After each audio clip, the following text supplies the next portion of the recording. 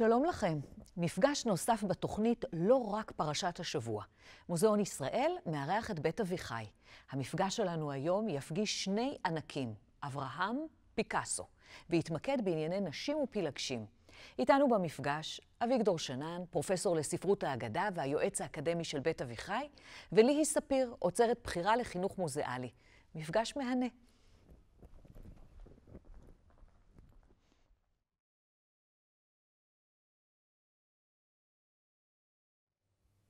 שלום לכם, שלום גם לך, ליהי ספיר, מוזיאון ישראל. אני רוצה לפתוח תחילה בדברי תודה לפרופסור דליה מרקס, שבפרשת נוח מילאה את מקומי בחן, בטעם ובדרך יפה כדרכה שלה. תודה לך, דליה. הפרשה שנעסוק בה היום היא פרשת לך לך, ויש בה נושאים רבים ומגוונים, ותחילה נזכור את הנושאים כדי שנדע במה נוכל להתמקד מאוחר יותר. תחילה עולה על הבמה אברהם אבינו, במלוא גדולתו.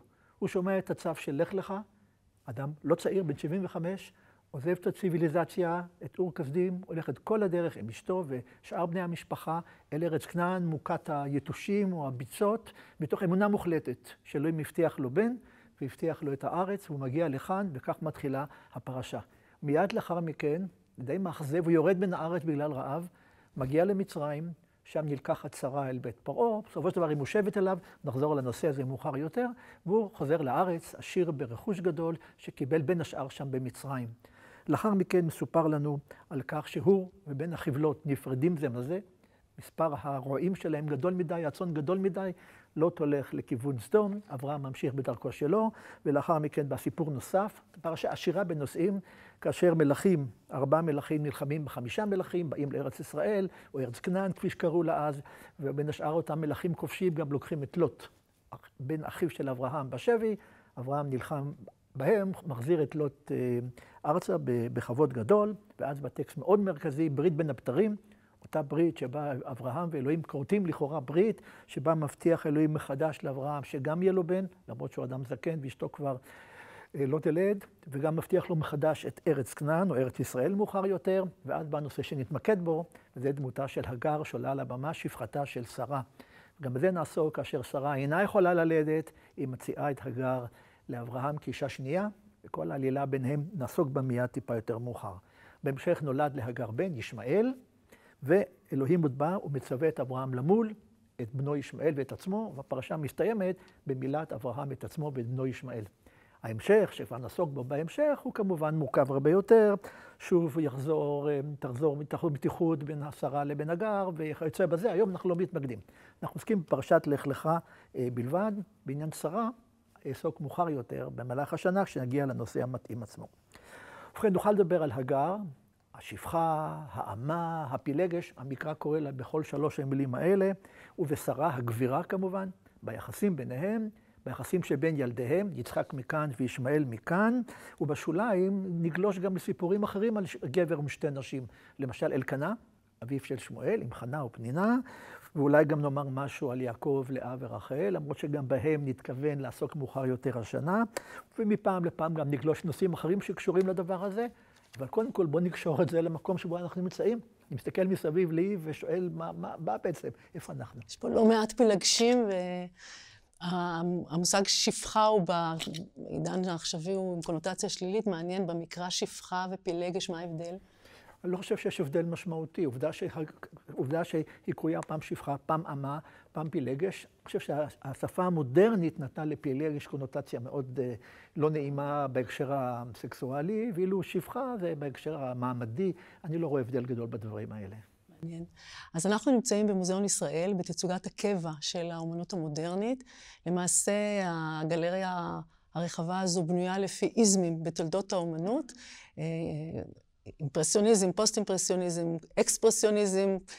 אנחנו כרגע יושבים בחלק שמוקדש בעיקר לקוביזם, אבל בתוך הפינה הזו של הקוביזם יש 2 יצירות שנמצאות כאן מאחורינו של פיקאסו, שהן פיקאסו, זה לא שום איזם, פיקאסו לבש ופשט צורה מסגנון לסגנון בצורה מדהימה, חי הרבה מאוד שנים, כמעט 92 שנה, אז היו הרבה נשים בחייו, הרבה ילדים בחייו, גם פילגשים, אני לא רוצה לומר שפחות, זה יותר מדי, באמת טעון שלילית במונחים המודרניים, אבל באמת אומן פורץ דרך שמוזיאון ישראל זכה לקבל הרבה מאוד, גם ציורים של שמן על בד של פיקאסו, פה בגלריה יש 5, 2 מאחוריי, יש כאן עוד אחד ועוד אחד, ובתחילת המסדרון יש עוד ציור של פיקאסו, ובאוסף ההדפסים והרישומים יש עשרות הדפסים של פיקאסו, ובאמת לתפארת מדינת ישראל.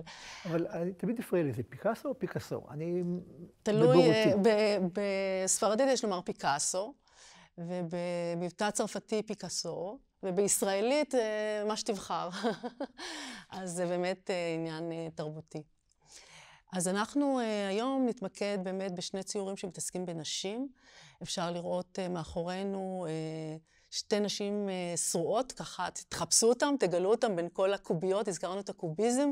יש פה איזה הד לקוביזם שנעשה הרבה שנים קודם, בעניין הזה של פירוק הדימויים לצורות שמזכירות צורות הנדסיות, אבל זה כבר לא הקוביזם. הקוביזם זה בסך הכל פאזה של איזה כ5 שנים ביצירה של פיקאסו. אבל הרושם שהתיר היה רושם גדול. אבל זה השאיר חותם, נכון? זה התחיל עם האלמות מהאביניון, ככה ב-1907, אבל אחרי 5-6 שנים הוא כבר מואס בסגנון הזה, שהוא המציא יחד עם ברק, אפשר לראות פה בגלריה, באמת ציורים גם של ברק וגם של פיקאסו מהתקופה הקוביסטית, וכמעט אי אפשר לדעת מי הוא מי. אבל פיקאסו, כשאתה רואה פיקאסו, גם אם לא ראית אותו, ונדמה לי שהוא אפילו מופיע בספר השיאים בגינס כאומן הפורה ביותר. כי לא רק שהוא צייר 92 שנה, אלא הוא לא זרק שום דבר, הוא נהנה מתהילה פחות או יותר בשנות ה-40-50 שלו, אז יש עוד 40 שנה שאף אחד לא זורק פיקאסו, ובאמת גם אומן מאוד מאוד פורה ומשובח, ובעיקר המוזות המרכזיות, או המוזה המרכזית ליצירתו הפואמת, היא האישה. זאת אומרת, כמה אני אגיד באופן גס, לדעתי 3/4 מהיצירה של פיקאסו זה ציורים של נשים. הוא רק צייר או גם עשה עוד תחומים אחרים? אין לתאר. אני מצאתי איזשהו גזיר עיתון שאני חייבת להקריא לך לשאלתך, רק מה מצאו במחסנים אחרי שהוא נפטר, כן, פיקאסו נולד ב-1881, אוקיי? נפטר ב-73, והעיתון הזה מלפני 35 שנה, אפשר לראות לפי הצבע.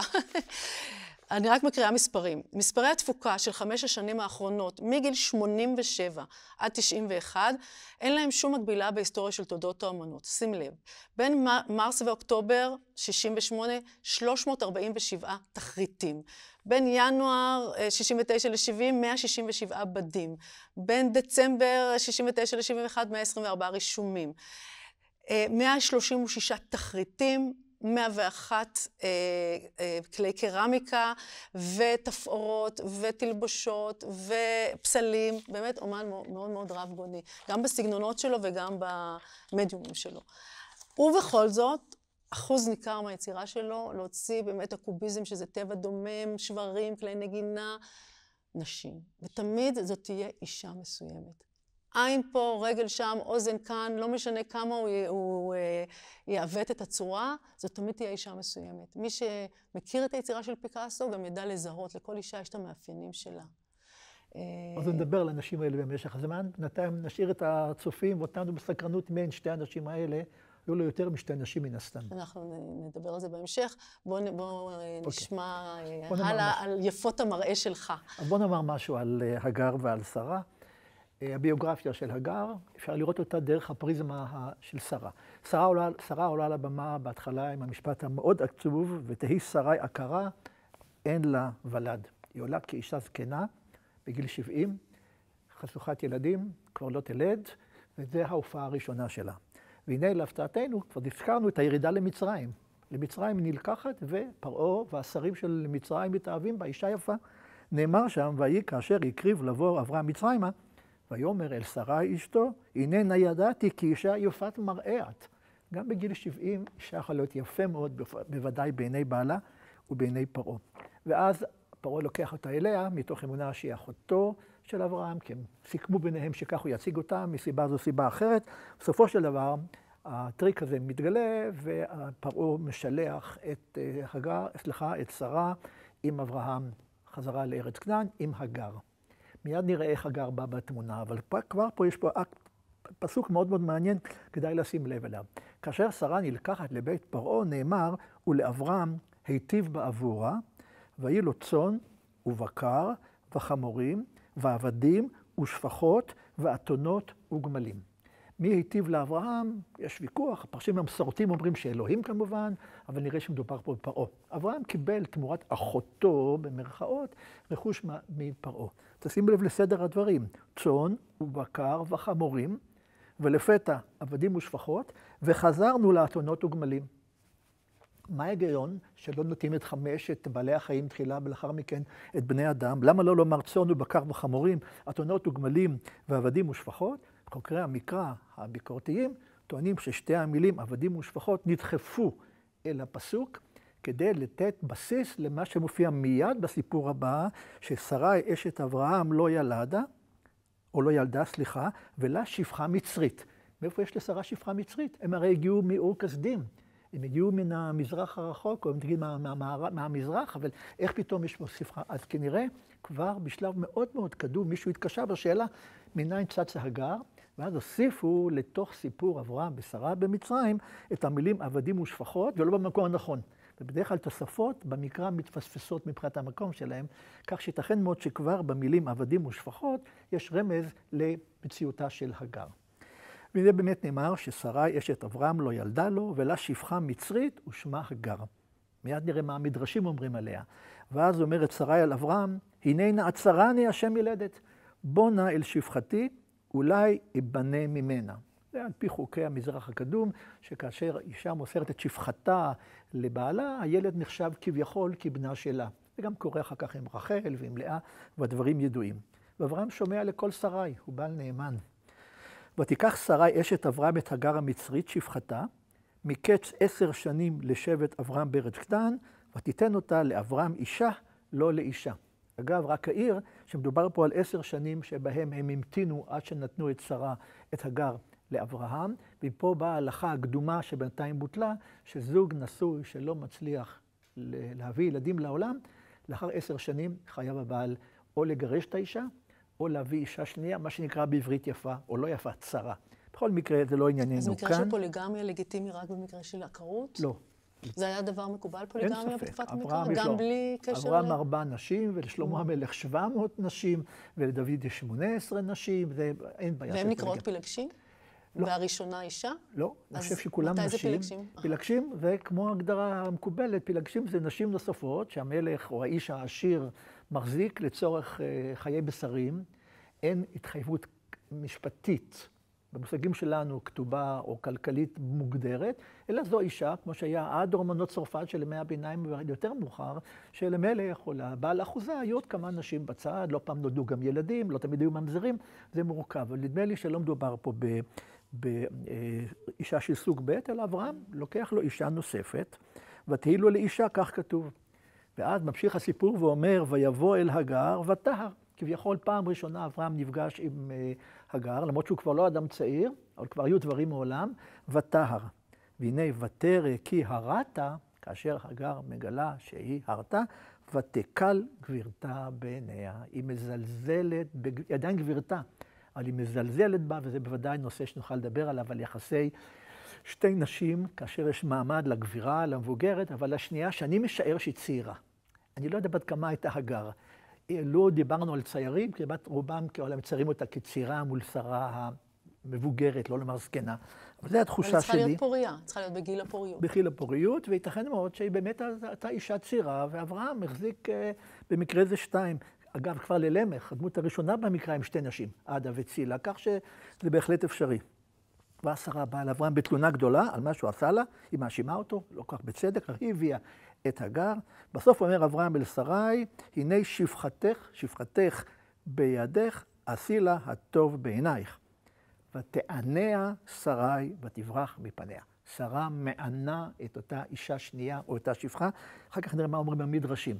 היא בורחת, מלאך השם נגלה אליה, הוא מודיע לה שהיא צריכה לחזור אל גבירתה, אבל מבטיח לה את לידת ישמעאל.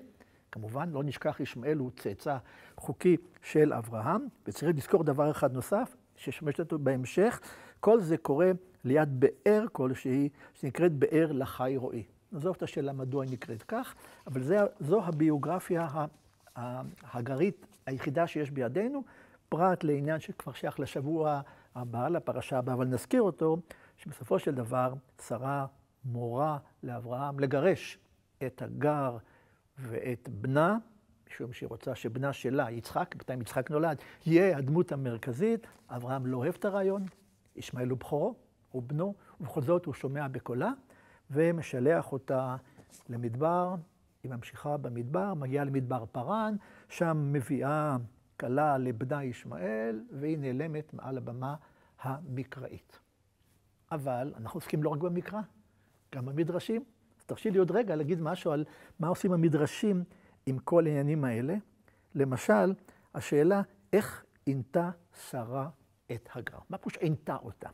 יש פה שני מדרשים.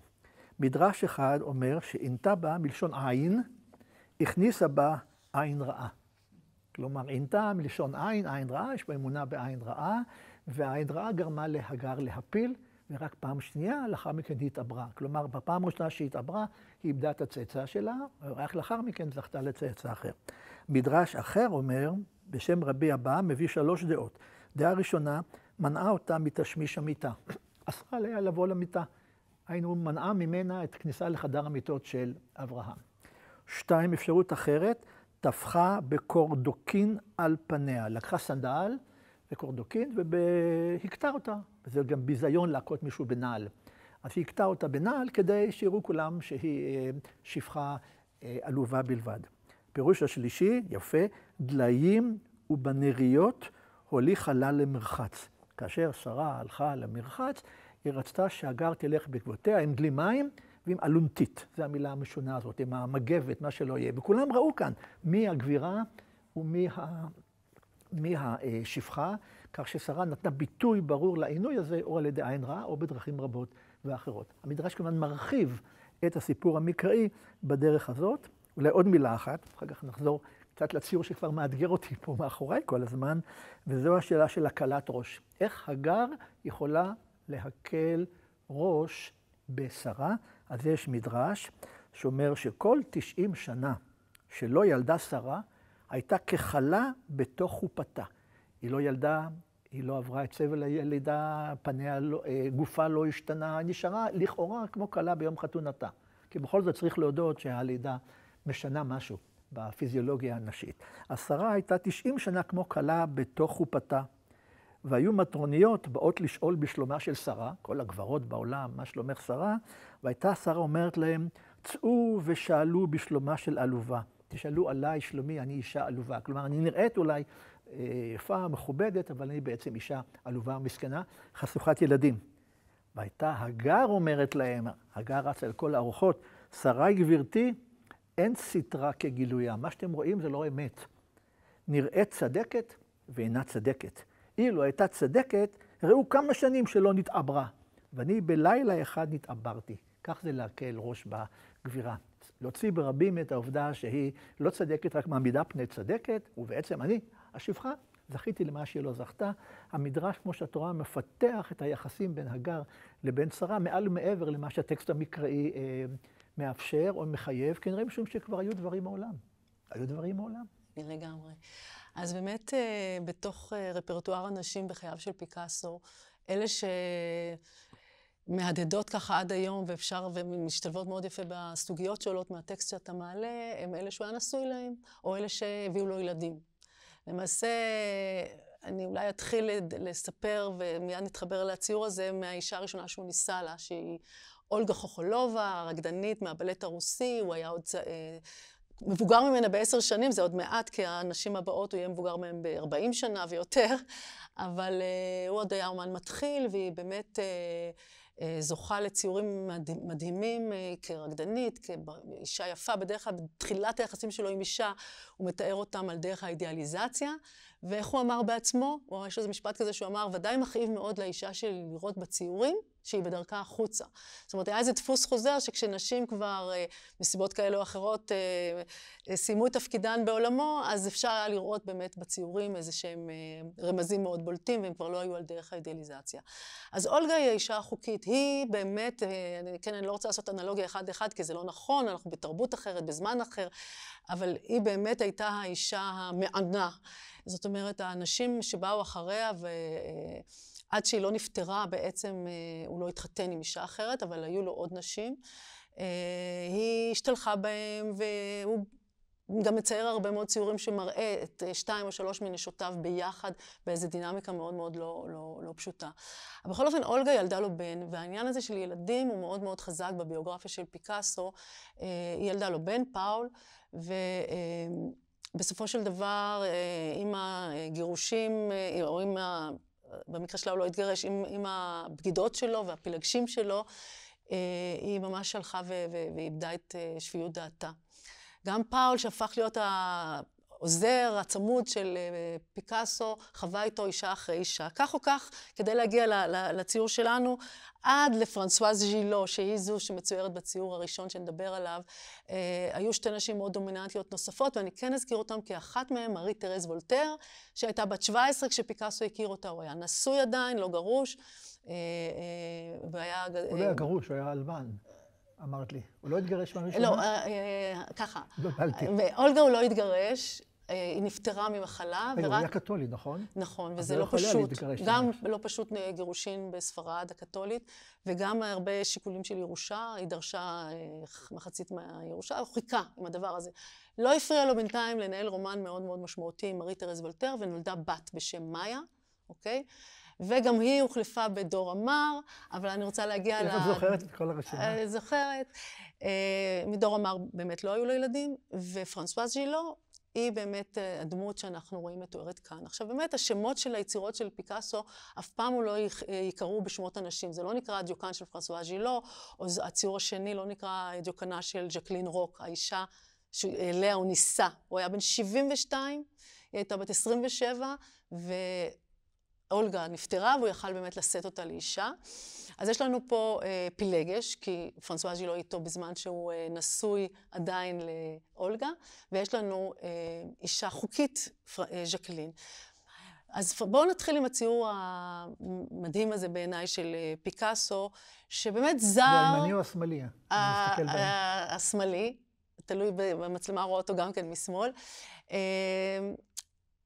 אז מה שקרה, זר נכנס למוזיאון ומתבונן בציור הזה. אני מציעה לך רגע לדמיין שאתה פותח דלת לתוך חדר אינטימי, חדר שינה, ונוצר איזה משחק מאוד מרתק של אור, בצורתו כצורת הדלת שמוטל על הרצפה, ובמרכז הציור אישה שוכבת על מיטתה, עירומה, ובעצם הצל של האומן הוטל על הגוף שלה. פיקאסו בעצמו העיד שזה היה אחד ממקורות ההשראה לציור הזה. יש לו עוד גרסה, שהוא באמת חווה איזו חוויה כאומן עם הסנסורים הרגישים שלו לצבע, קו וצורה, שהוא ראה את הצל שלו מוטל על המיטה ועל האישה ששכבה על המיטה באותו זמן שזאת הייתה פרנסואז ז'ילו. אז זה סיפור מסגרת שאפשר לחיות בלעדיו. גם אם הם לא יודעים את הסיפור הזה, באמת כשמתבוננים בציור, רואים מערכת יחסים מאוד מאוד מעניינת בין עירומה שרועה, היא באיזו תנוחת גוף מזמינה, מפתה ככה עם הידיים כלפי מעלה, אבל עם הראש מאוד מאוד מוקטן, הדגש הוא באמת על הצד האירוטי שלה, היא עירומה, אנחנו רואים את האגן, את השדיים ככה מודגשות, אחת בחזית, אחת בפרופיל, כמו שהוא אהב לצייר, 2 נקודות מבט בעת ובעונה אחת. ובמקביל, לקו האופקי שבו נמצאת האישה, יש איזשהו קו אנכי מאוד דומיננטי בציור, שזה הצל של האומן. למעשה איזשהו מגע פיזי, איזושהי כמיהה למגע פיזי שהוא לא באמת קורה, זה רק הצל שלו. אבל הצורה הפאלית הזו, אל תוך הצורה הנשית, מיד מייצרת את המתח הזה בין המינים שלא בהכרח מגשים את עצמו. כל הציור הוא עם כאופייני לסגנון של פיקאסו, עם צורות הנדסיות ורמזים לתמונה, או שאולי זאת מראה, לאיזה אגרטל פרחים, למיטה, בשפה קוביסטית שעברה איזשהו שינוי ככה צבעוני. אבל הגוונים די עגומים, כן, לא הגוונים. הגוונים די עגומים, משום שהציור הזה צויר ב-53, זאת השנה שפרנסואז ז'ילו עושה החלטה, עד כאן. לאור הפילגשים הנוספות שהיו בחייו של פיקאסו, וכבר ב-52 הוא התחיל מערכת יחסים עם ז'קלין, שזאת האישה השנייה שנמצאת מאחורינו, היא מחליטה לעזוב אותו. אבל לא לפני, וזו סוגיית הילדים, שהיא כל כך משהו אנושי, שמנסה לאחות ולחבר בין קרעים, שפיקאסו לוחץ עליה להביא ילדים. הוא מרגיש שהוא הולך לאבד אותה, משום שהיא תהיה האישה היחידה מכל הקבוצה שתעזוב אותו. הוא לא עוזב אותה, היא עוזבת אותו.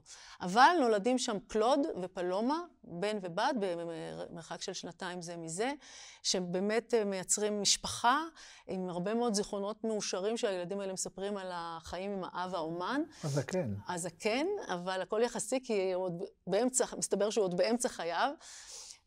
אז באמת התמונה הזו יש בה, אתה מזהה בה משהו קצת מלנכולי, משום שפיקאסו מנסה להאחז בה. אפילו נדמה שהקווים והצורות ממשטרים ומנסים לתפוס את החמקמקות של הגוף של האישה שנמצא שם ונלחם על החופש שלו. ופרנסואז ז'ילוט דיברה הרבה מאוד וגם הוציאה ספר שנקרא החיים עם פיקאסו, שבו יש ממש עדויות וסיפורים בגוף ראשון על מה זה אומר לחיות עם פיקאסו, והיא מעידה שלמרות שהיא הבינה שהיא צריכה לעזוב אותו, היא לא מתחרטת על אף רגע. הוא היה כנראה גאון, דמות מאוד מאוד כריזמטית, היא קיבלה ממנו הרבה מאוד, ולמרות זאת היא עזבה אותו. יודעים מה יחרית ימיה אחר כך? שלא תאמין, אבל בנובמבר האחרון היא חגגה 100, היא עוד חיה. כנראה שזה סגולה לאריכות ימים, לא להישלט על ידי גבר ולא לחיות בצילו. כמו שאנחנו רואים כאן. ואפרופו אם אני מזכירה לחיות בצילו, אז זה נחמד בצילום הזה שהיא בחרה, של רוברט קאפ, על הזכירה של הספר, שאנחנו רואים שהוא דווקא רץ אחריה ומייצר לה צל מפני השמש, ויש איזו תחושה שוויונית פה, שאולי אפילו שהיא יותר שולטת בו מאשר הוא בא. היא הדמות הדומיננטית בתמונה, נכון? בבקשה? בתמונה הזאת היא הדמות הדומיננטית. היא הדמות הדומיננטית, הוא רוקד סביבה, הוא מקל עליה עם השמשייה, שהוא מייצר עליה את השמש. עכשיו, הזכרנו את קנאת נשים, אז האמת שהצילום הזה הוא פרט מצילום גדול יותר, שבו רואים, אם נעשה זום אאוט לצילום, את פול, הבן של אולגה, שנמצא גם כן בתוך הסיטואציה, ובאמת בחיים של פיקאסו היו הרבה מאוד מפגשים שהוא מאוד נהנה גם ליצור בין הנשים השונות וגם בין הילדים השונים. אני נמשיך ונדבר אולי על הילדים, בהמשך כשככה תמשיך לגלגל את סוגיית הילדים. אני רוצה רגע לחזור לסוגיית הגר, כי אנחנו חייבים לקראת פרשת השבוע. כבר אמרתי, רמזתי, שעל פי המסורת המדרשית היא ניתנה לאברהם או לשרה כשפחה בעקבות האירוע שהיה במצרים. המעניין הוא שיש 2 מדרשים שונים שחולקים בשאלה מה היא הייתה במצרים. ברור להם שהיא ניתנה לאברהם כפיצוי לשרה בעקבות מה שאירע במצרים. אבל מה היא הייתה? לפי מדרש אחד, אומר רבי שמעון בן יוחאי, הגר בת פרעה הייתה. כלומר, היא לא סתם איזו אישה פשוטה, היא פרינססה, ביתו של הפרעה.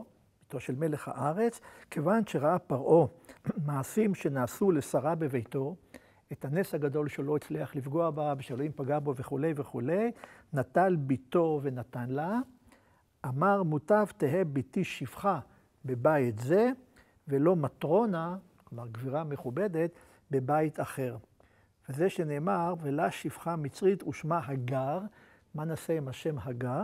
אז המדרש מפרש את השם הגר על פי הארמית, האגריך. הנה השכר שלך. הגר זה שכר בארמית. האגריך. כלומר, זה השכר שלך, והוא נותן את ביתו, לא פחות ולא יותר מאשר ביתו של פרעה, נותן כשפחה לשרה. כל מי שמכיר את ההיסטוריה המצרית יודע שהפרעונים עולם לא הסיעו את בנותיהם אפילו למלכים אחרים. הם הביאו אולי נשים לבניהם, אבל לא להסיע. פה המדרש לא מהסס לטעון שהשפחה הזאת היא לא סתם שפחה. היא אישה שירדה ממעמד עליון עד בירה עמיקתא.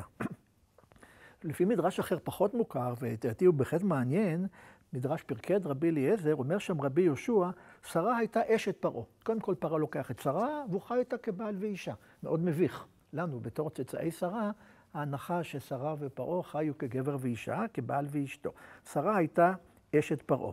מאהבתו אותה, כתב לה בשטר כתובתה כל ממונו, בין כסף, בין זהב, בין עבדים וקרקעות, וגם כתב לה, כלומר כתב, את ארץ גושן לאחוזה.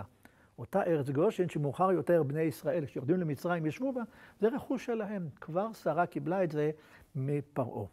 לפיכך ישבו בני ישראל בארץ גושן. וגם כתב לה את הגר ביתו מפילגשו, שפחה. כלומר, היא לא הייתה ביתו מנשותיו, אחת נשותיו, אלא ביתו מפילגשיו.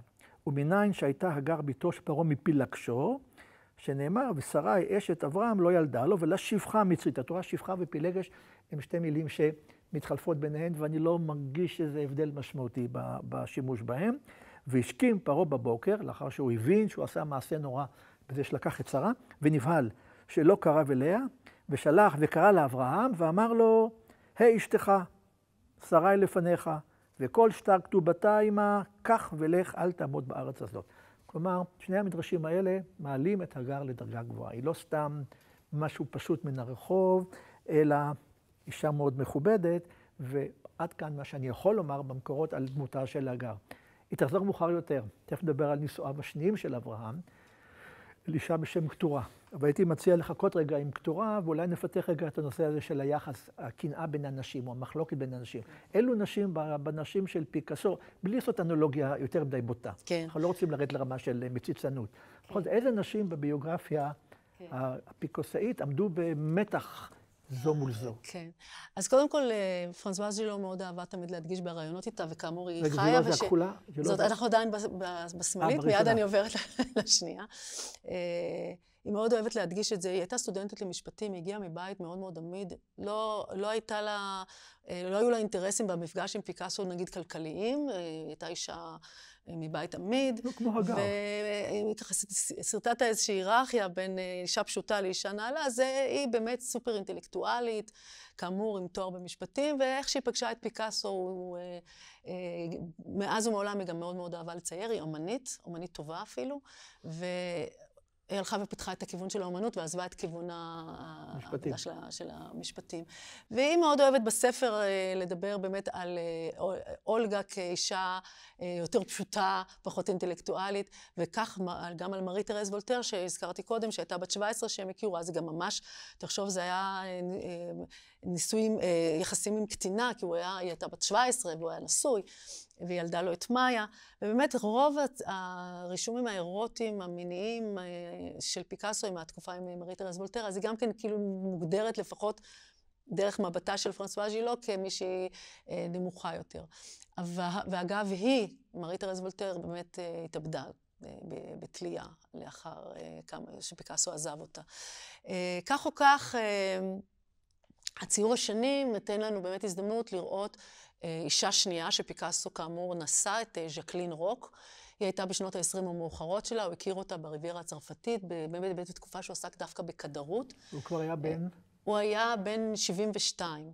התחיל את העשור השמיני לחייו, ושנה אחרי שהם הכירו הם נישאו ממש, והיא ממש הבינה שהכוח של הנשים האחרות הוא דרך הילדים. איכשהו שם יש איזו דריסת רגל, והיא פשוט אסרה על נשותיו בוודאי, אבל גם על ילדיו, קלוד ופלומה שהזכרתי קודם, שאגב שניהם בחיים. קלוד מנהל את העסקים של אבא שלו, ואחראי על כל נושא הזכויות יוצרים והמנהלה של הרכוש שהקראתי קודם, שנשאר בעיזבון של פיקאסו, ופלומה יש את עסקים ממולחת, יש לה מותג של תכשיטים ושל פסמים, והם עדיין שניהם בחיים. וגם פרנסואז ז'ילו בחיים, הגרעין הזה נשאר. וז'קלין, כשהוא מכיר אותה, היא גרושה עם ילדה בת 6, גם לה יש ילדה, אבל היא כבר, אין ילדים משותפים לז'קלין רוק ולפיקאסו, והיא זכתה לעוד 20 שנה. 20 שנים משותפות שהם חיו ביחד, שהיא הייתה פילגשתו, אשתו, החברה שלו, המאהבת שלו, יש את העסקים שלו. ואלמנתו. ואלמנתו בסופו של דבר, אבל היא לא יכלה לשאת את, באמת היא הייתה מאוד מאוד כרוכה אחריו, ו13 שנה לאחר מותו היא גם יורה בעצמה, היא מתאבדת. זאת אומרת, יש פה לפחות שתי נשים שאיבדו את שפיות דעתם, שזה אולגה שהזכרנו קודם, שנפטרה מסרטן, ושנתיים אחרי שפיקאסו נפטר, ודורה מר שהזכרתי קודם, שגם היא נפטרה בגיל 80 ומשהו בפריז, אבל לגמרי איבדה את שפיות דעתה ונפטרה חסרת כל בדירה בפריז. והיא מצוירת בתמונה. עכשיו, ז'קלין, האישה החוקית, מצוירת בציור הזה מצד שמאל. אישה, צד ימין. אישה עירומה, שרועה, זה נושא ותיק בתולדות האומנות, נשים שרועות, גם בתקופות הקלאסיות. ביוון העתיקה, אבל בוודאי ברנסנס, ג'ורג'ון וטיציאן וולסקז ומנה, ובאמת האישה, מתוך שיר הלל, היופי הנשי, זאת אומרת, בראייה פמיניסטית יש באמת איזו מין תחושה של הצגת האישה כמושא תשוקה, באיזו פסיביות שמקוממת במידה מסוימת, אבל בוא בואו נסתכל על הצד הפוזיטיבי, ובאמת על האופן שבו פיקאסו פשוט הסתכל על נשים בהערצה, והמשיך את המסורת הזו של עירומות צרועות, כמושא לתשוקה. מה רע בזה שגבר שר שיר הלל ליופייה של האישה. אלא שכאן באמת יש עוד רבדים מעניינים לציור הזה, זה חלק מתוך סדרה של 15 גרסאות שעשה פיקאסו לציור של דלקרואה, אומן ששייך לרומנטיקה, משנות ה-30 של המאה ה-19, ציור ספציפי שנקרא נשות אלג'יר, שבו ניתן לראות נשים שרועות בראייה אוריינטליסטית, בראייה כמו שהמערב ראה את המזרח, באיזו אקזוטיקה מדומיינת, יש לומר, עם הרבה מאוד כלים אקזוטיים וכל מיני טקסטילים עם עיטורים ככה מיוחדים שהמערב מאוד אהב ככה להסתכל עליהם, ובעיקר על נשים שהן על הרצפה, שרועות, הן לא על כיסא, הן לא על מיטה, הן שרועות ככה על השטיחים, המגוון השטיחים שנמצא שם ברקע, וזה, כשהוא ראה פעם ראשונה את קלודין, את ז'קלין רוק, הוא מאוד התלהב מהמראה האקזוטי שלה. היא שחומה עם עיני שקד, ובדרך כלל בציורים שהוא מצייר אותה, יש לה את העיני שקד האלה, הגוון השחור, השיער השחור השופע וצוואר כזה ארוך. כך שזה בעצם ממשיך את סדרת הציטוטים שלו לדמות השמאלית בציור של דלקרואה, שהיא שרועה באיזו נינוחות כזו אקזוטית ואוריינטליסטית. זה משהו, התקופה הכחולה שלו או משהו? יפה. עכשיו פיקאסו כמו פיקאסו, אפשר לראות בכל ציור שלו כל מיני שאריות של אקספרימנטים, איך הוא אמר, בשביל מה לצייר כל פעם משהו חדש? אני רוצה כל פעם לצייר את אותו דבר, אני רוצה כל פעם לצייר משהו חדש, אני רוצה לחקור דברים, אני רוצה לנסות סגנונות.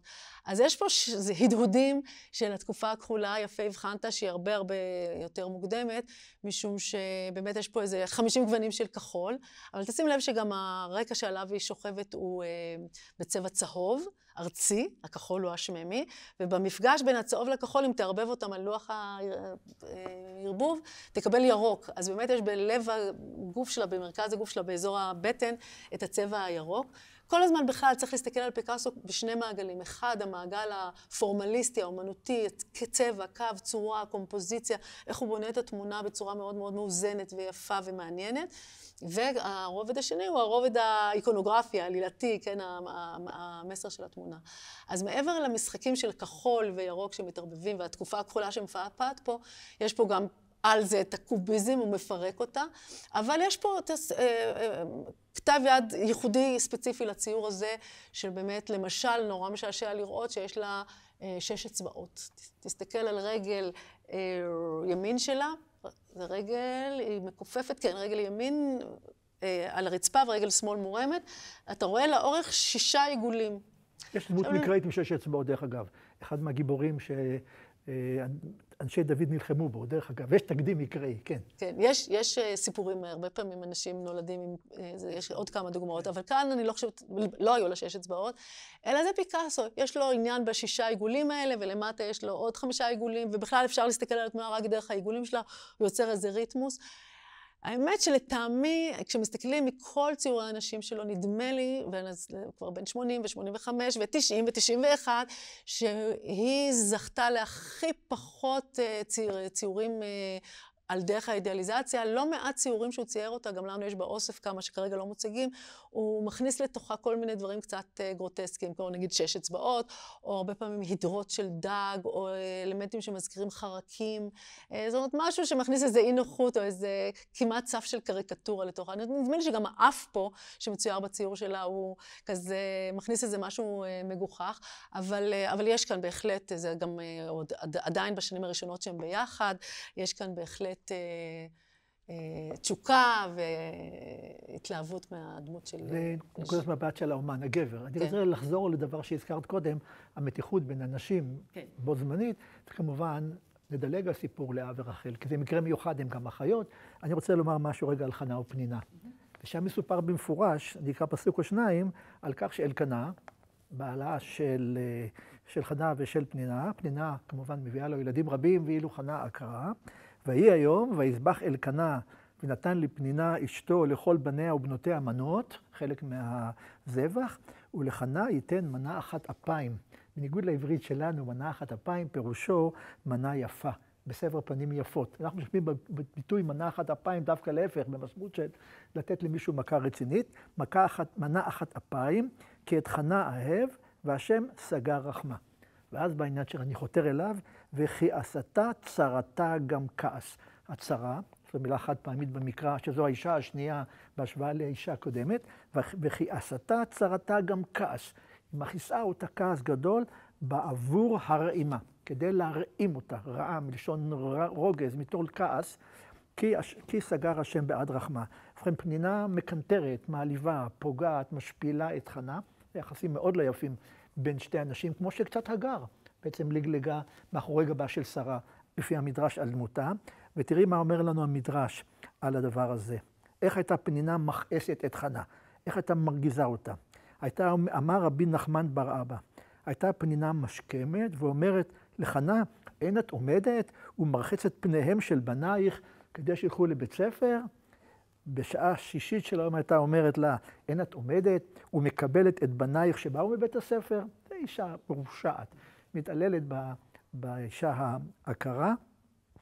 אמר רבי תנחומה, היו יושבים לאכול, והיה אלקנה נותן לכל אחד ואחד מבניו חלקו. מה הייתה פנינה עושה? מתכוונת להכעיס את חנה. הייתה אומרת לאלקנה, תן לבני זה את חלקו, ותן לבני זה את חלקו, הכל כדי להכעיס ולהרגיז את חנה. יחסים לא יפים בין שתי נשים, כמובן בסופו של דבר חנה זוכה לצאצא. זה מדרש אחר, זה בהחלט מעניין. זה מאוד אופייני לספרות חז"ל שיש בה תפיסות שונות של הרבה עניינים. מדרש אחר אומר שהיא על הפסוק, וכי עשתה צרתה גם כעס בעבור הרעימה, כדי להרגיז אותה, אומר לנו המדרש, לא, כוונתה הייתה כדי שהיא תתרעם על האלוהים.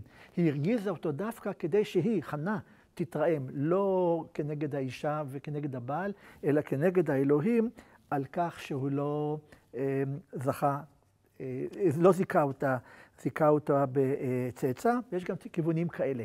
אבל כך שהיחסים בין אנשים הם יחסים פגומים, זה במקרה הזה ממש ממש קלאסי. עכשיו, האם פיקאסו, להבדיל מאברהם, לקח אישה אחת פעם שנייה? הוא החזיר מישהו אליו? לא. פיקאסו, כל כמה שנים אנחנו רואים בביוגרפיה שלו אישה אחרת. יש נישואים. אבל יש ילדים שחוזרים. זאת אומרת, זה דווקא... אני אמתין לילדים רגע, נסיים בילדים, אני חושב, הרקע לפני זה, הבנתי ממך שפיקאסו יש נישואים, ויש פילגשים, ויש גירושים. הפעם, בניגוד למקובל, האישה כביכול מתגרשת. היא זו שעזבה. שאגב, התחתנה עוד פעמיים גם אחריו. אוקיי. לא ניכנס לזה. היא המתגרשת או המגרשת, אבל כדאי להזכיר, ואנחנו עוסקים עדיין בהגר, שעל פי המדרשים, כאשר מסופר לנו לאחר מות שרה, ויוסף אברהם, ויקח אישה ושמה קטורה, ואותה קטורה יולדת לו כמה וכמה ילדים, מסתבר לפי המדרש שקטורה היא לא פחות ולא יותר מאשר הגר. אברהם מחזיר אליו, לפי ההבנה שלי הרומנטית, את השפחה הצעירה שהוא גירש אותה בעל כורחו. משום ששרה, הזקנה הממורמרת, דרשה לסלק אותה. לאחר מות שרה, אברהם מחזיר לעצמו את הגר, עדיין כוחו במותניו. סוג של תיקון. והוא יולד עדיין, הוא מוליד והיא יולדת עוד 6 או 7 ילדים. כלומר, מדובר פה באמת במשפחה גדולה ועשירה, כך שלאברהם אין רק את ישמעאל מהגר ואת יצחק משרה, אלא עוד ילדים רבים, זמרן ויוקשן ומדן ומדיין וכולי, כל הדברים האלה. אבל מה שמעניין פה, ודאי תמצאי בדבר הזה עניין, שמי יזם את הנישואים האלה? החוזרים. יש 2 תפיסות. לפי תפיסה אחת, אברהם בעצמו. ואומר המדרש, כאשר מתה אשתו של אדם ויש לו בנים, שלא יישא אישה עד שישיא את בניו. ואחר כך ישיא את עצמו. וזה מה שקורה באמת, בבראשית פרק כ"ג שרה נפטרת, בפרק כ"ד אברהם מביא את רבקה ליצחק בנו, ורק לאחר מכן הוא מדאג לעצמו ומשלים את המסגרת המשפחתית שלו. אבל לפי מסורת אחרת מאוד נוגעת לדעתי ללב, אמר יצחק, אני לקחתי אישה ואבי עומד בלו אישה, מה עשה יצחק? הלך והביא לו אישה. כלומר, את הנישואים השניים יזם הבן של האישה הראשונה. כשאומרים פה על יחסי ילדים שתיית נחזור אליהם, זה דבר נפלא. יצחק דואג לאביו, נשאר כעת בודד, ומביא את האישה שהיא לכאורה צרתה של אמו, מביא אותה בחזרה. ומניין שכך הדבר עצמו, מסופר לנו שיצחק פוגש את את רבקה כאשר היא מובאת מחרן ליד באר לחי רועי. את ודאי זוכרת שהזכרנו תחילה שהגר זכתה להתגלות של מלאך ליד באר לחי רועי. כך שאומר המדרש, יצחק הלך לבאר לחי רועי, ששם הייתה הגר, כדי להביא את הגר בחזרה אל אביו, ואז המשפחה חזרה והתאחדה. שרה שאלה אחת בלבד, אם זו הגר, למה כתוב כתורה? תכתבו כתורה, הגר, סליחה. למה לומר, תכתבו שרה ולא תכתבו כתורה? אז המדרש מסביר ואומר שהמילה כתורה, קודם כל יש לה כמה פירושים. אחד, שהייתה מקוטרת מכל מיני בשמים.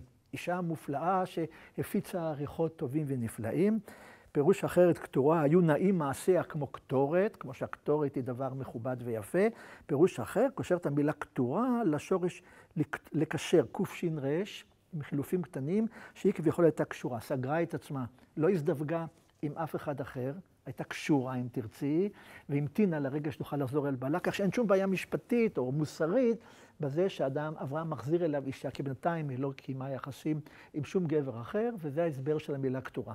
בין כך ובין כך, אם נסכם סיפור כתורה, יש לה ביוגרפיה מדרשית ומקראית מאוד מאוד מפותחת ומורחבת, עם כל המוטיבים שעסקנו בהם, האישה השנייה, האישה שמענים אותה, האישה המקנה, האישה שחוזרת, זה לא מצאנו אצל אדון פיקאסו, אבל בתמונה הזאת... אז כתורה היא הגר.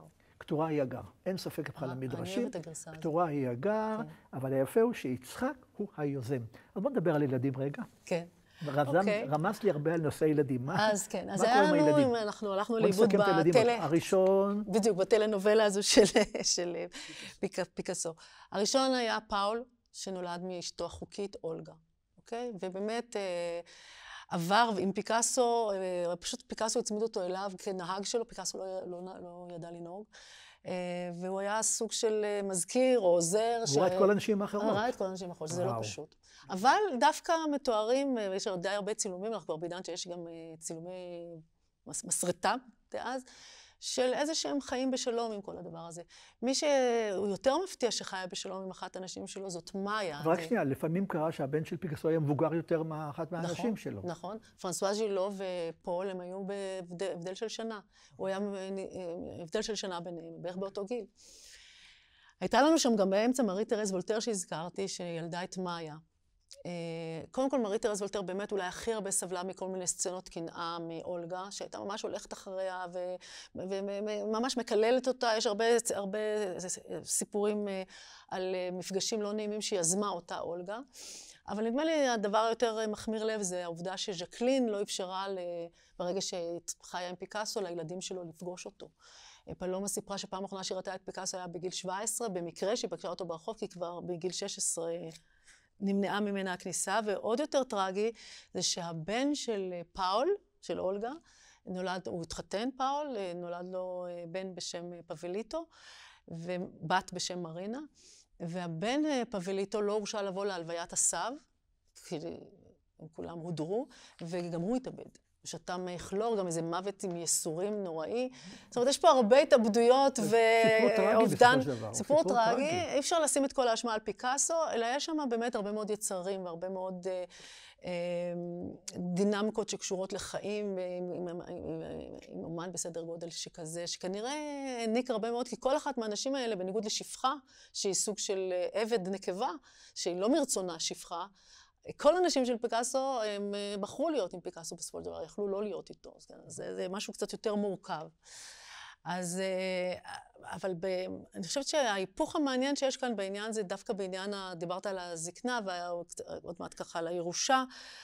פיקאסו סירב להזדקן. הוא אמר, לקח לי חיים שלמים ללמוד לצייר כמו ילד, זאת אומרת, דווקא כשהוא היה מאוד מאוד צעיר, הוא צייר ממש ריאליסטי, וככל שהתבגר, הוא חיפש באמת את מגוון השפות האלה.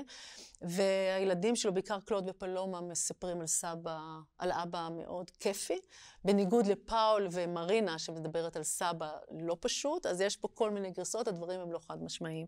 אבל בחלק מההתכחשות שלו אל הזמן העובר ואל זקנתו, הוא לא כתב צבא. עכשיו, הבן אדם היה כבר בחייו, היצירות שלו היו שוות מיליונים. והיה ברור, הכרתי לך קודם רק את עזבונו. לא כל כך הבנתי, עם כזאת כמות גדולה של יצירות, למה זה לא הביא לירידת הערך שלהם, מבחינת היצע גדול? כי איך הוא אמר, אני מאוד אוהבת את הציטוט הזה, אני אגיד אותו בעל פה, כי אני לא רוצה לפשפש בדפים.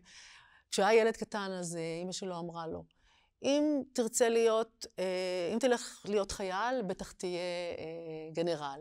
אם תרצה להיות נזיר, אתה תהיה האפיפיור. אבל אני רציתי להיות צייר ונהייתי פיקאסו.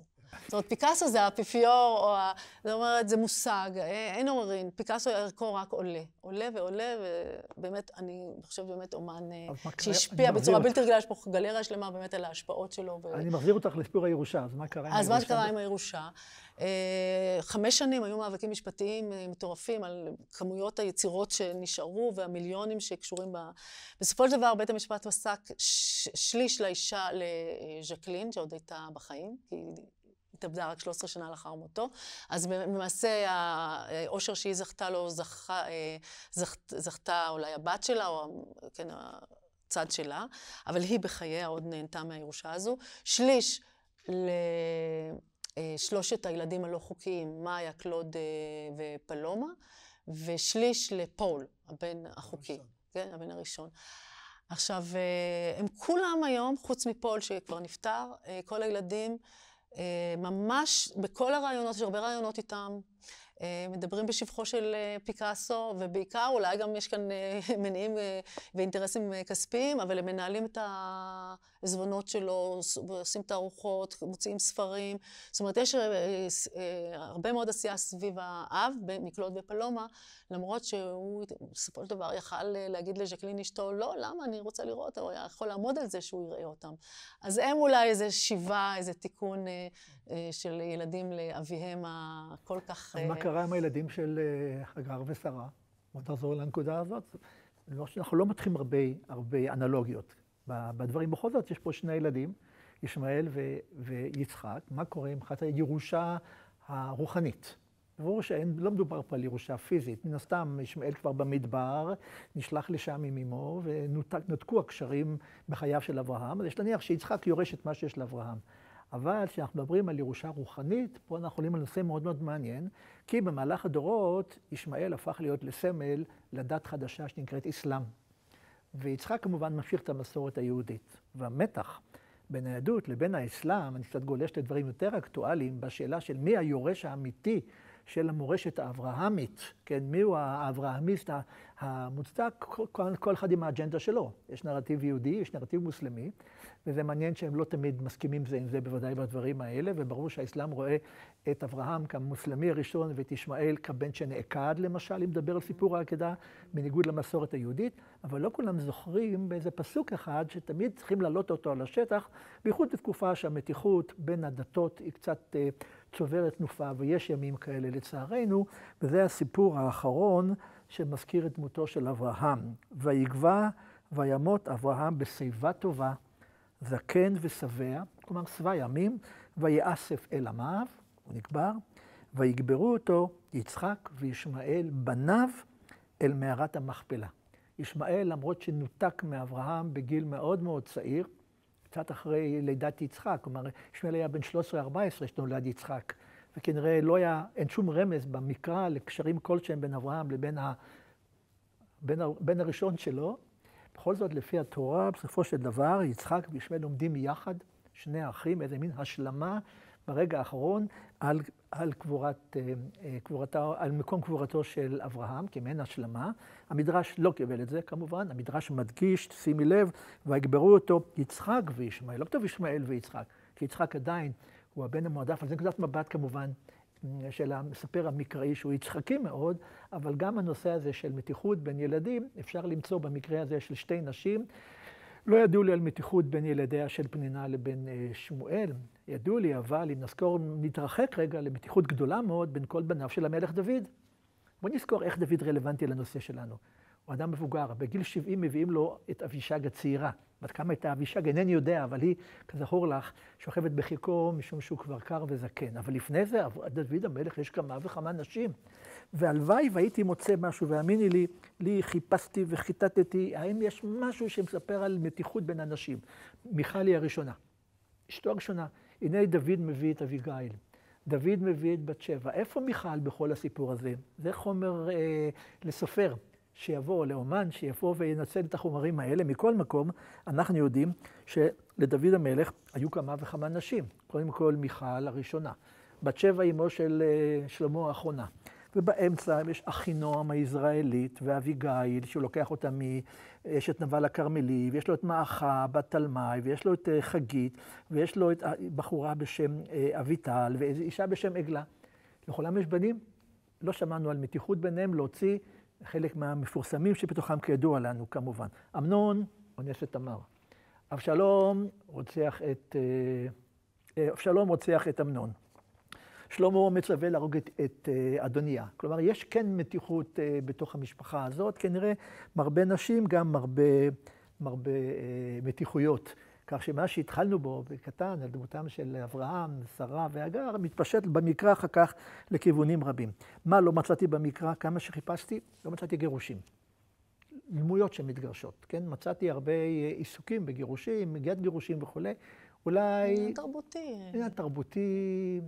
למה שתרצה אישה בעצם לעזוב, נוח לה בבית אביה, אינני יודע, מכל מקום, אם דיברת על פילגשים, בואו נסיים גם בפילגשים, נשים את כל התמונה כלואה. למי לא היה פילגש? לבתואל היה פילגש. לא שאנחנו יודעים, אתה יודע. לבלהה הייתה פילגש יעקב, מזכירים את אשתו, הם ילדיו גם כפילגש. ולאבימלך בן גדעון הוא נולד מפילגש, ורצפה בת היה הייתה פילגש של שאול, ולדוד היה עוד הרבה פילגשים ונשים בירושלים, וחלק מהפילגשים, רבים זה פילגשים, נכון? חלק מהפילגשים של דוד, אבשלום שכב איתם לעיני כל העולם כולו, שיראו שהוא עכשיו בעל הבית, ולא דוד המלך. ואפילו שלמה המלך היו, את יודעת, 700 נשים ו300 פילגשים. זה הרמון. וגם לאחשוורוש היה הרמון עם של פילגשים. אפילו רחבעם, זה נולד, למדתי עכשיו לכבוד הפגישה שלנו כאן, לרחבעם, בנו של שלמה, נאמר עליו, ויאהב רחבעם את מעכה בת אבשלום מכל נשיו ופילגשיו, כי נשים 18 נשא ופילגשים 60, ויולד 28 בנים ו60 בנות. בקיצור, שישו ושמחו, המקרא מלא לנו במצב הזה, ואין שום דבר שלילי בטרמינולוגיה של פילגש. ואין לנו נשים שיש להם כמה גברים. זה עניין תרבותי. יכול להיות שעם כל המקרא והטקסטים והמדרשים הם נכתבים על ידי נשים, ובעידן אחר היינו מקבלים פה סיפור שונה לחלוטין. פתחת פתח לכתיבה מחודשת של התנ"ך, נקודת מבט נשית. בדיוק. פמיניסטית, כן? סתם יש גם שעושים את זה. יפה, אז זה מה שאנחנו יכולנו היום בסקירה שלנו לעשות, לחזור מה שרמזנו לו את פעם ואני פעם, שהאנלוגיה היא לא מלאה. אנחנו לא עסקנו במציצנות כל כך, כי נשענו על חומרים פיקסואיים, וגם במקרא נשתדלנו להישאר באיפוק ולכבד את הדמויות המקראיות. ובכל זאת, נושא כמו הנושא הזה שלנו, הוא נושא שמעורר את הקשרים האלה בינו לבינה, או ביניהן ובין צאצאיהם, וזה מה שראינו בפגישה שלנו היום. אז אני חושב שאנחנו נוכל לסיים כאן, לומר תודה ללי, היה כיף כרגיל לשוחח איתך, לומר תודה לכל מי שהשתתף איתנו כאן. אז שבת שלום ותודה רבה. שבת שלום, תודה.